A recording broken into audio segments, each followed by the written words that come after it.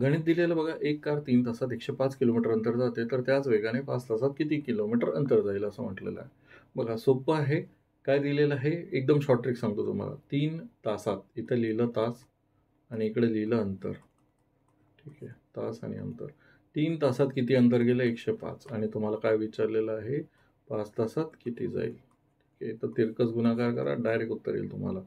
x बरोबर येणार आहे 105 गुणिला हा 5 तिकडे जाईल गुणाकारामध्ये आणि हा 3 इकडे भागाकारात येईल भागीला 3. 3 एक 3, 3 त्रिक 9, खाली उरला 1, 3 पाची 15.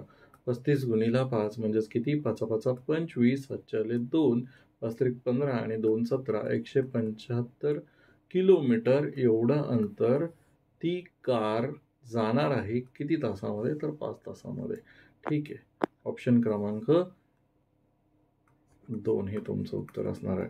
किंवा तुम्ही एक साधारणतः अंदाज लावू शकता की 3 तासात ती 105 किलोमीटर जाते, तर मग 105 भागीला किती? 3, मग तुमचं उत्तर येणार आहे 35. म्हणजेच काय म्हणू शकता की तुम्ही प्रत्येक तासाला ती कार किती जात आहे? 35 किलोमीटर ह्या वेगाने जात आहे. मग ती 5 तासात किती जाईल? 35 गुणिला 5. ठीक आहे. डायरेक्ट असं पण करू शकता. पण कशाला एवढा लफडा ठेवायचा बघा. सरळ-सरळ निघतंय ना. 3 तासात 105 जाते, तर 5 तासात ऑब्व्हियसली जास्तच जाणार आहे. तर मग ती किती जाईल? 175 किलोमीटर. जर तुमचे कोणतेही गणिताचे प्रश्न असतील, मला पाठवायचे असतील, तर आपला हा टेलिग्राम ग्रुपचा QR कोड आहे. यावरती तुम्ही तुमचे प्रश्न मला बिनधास्त पाठवू शकता. आपण नाममात्र फीस ₹59 मिळते. इथे अनलिमिटेड व्हिडिओ म्हणजे किती वेळेस तुम्ही हा व्हिडिओ बघू शकता एका महिन्यासाठी. ठीक आहे. आणि ह्यामध्ये एक बेनिफिट असं की तुम्ही एका महिन्यात माझी पूर्ण मेंबरशिप संपवू शकता बघून.